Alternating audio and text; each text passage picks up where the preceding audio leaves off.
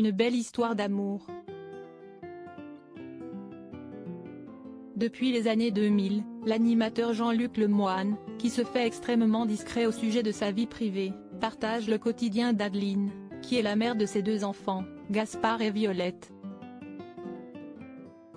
Bien que tous deux semblent préférer vivre leur amour dans l'ombre, il arrive que le chroniqueur dévoile quelques bribes de leur histoire dans la presse. C'est ce qu'il a fait ce vendredi 30 juin, dans les colonnes de Voici. Alors que nos confrères lui rappelaient que cela faisait désormais 21 ans qu'il était en couple avec Adeline, qui est la belle-sœur du réalisateur Pierre Acquenine, Jean-Luc Lemoine a d'abord souligné que l'idée n'était pas de battre un record. Après quoi il s'est livré à des confidences sincères, au sujet de leur relation. Nous sommes comme tout le monde, avec des hauts, des bas, mais surtout un grand sens de l'humour. Supérieur à Jean-Luc Lemoine, ses pudiques confidences sur ses enfants Violette et Gaspard. Jean-Luc Lemoine et ses enfants complices après avoir considéré que l'humour était quelque chose d'essentiel. Jean-Luc Lemoine, qui a participé à plusieurs reprises à l'émission de France 2 Fort Boyard, a estimé auprès du magazine que sa compagne et lui l'avaient certainement transmis à leur enfant.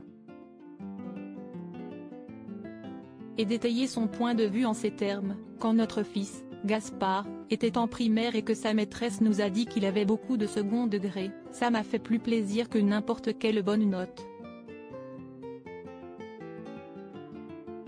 Désormais, Gaspard et Violette ne sont plus de jeunes enfants, mais des adolescents respectivement âgés de 15 et 12 ans. Lors de ce même entretien accordé à Voici, leur papa a assuré que tous deux vivaient très bien sa notoriété. Quand on vient me parler dans la rue, ils attendent tranquillement, ça les fait marrer, a-t-il précisé peu après. Bien qu'il lui arrive de se sentir nostalgique lorsqu'il se remémore les premières années de leur vie, Jean-Luc Lemoine adore les échanges qu'il peut avoir avec eux, maintenant qu'ils ont grandi. Avec Gaspard, on parle beaucoup de cinéma, a-t-il conclu à ce sujet auprès du magazine. C'est devenu sa passion et il court les ciné-clubs pour voir des films de Federico Fellini, Stanley Kubrick ou Chantal Akerman.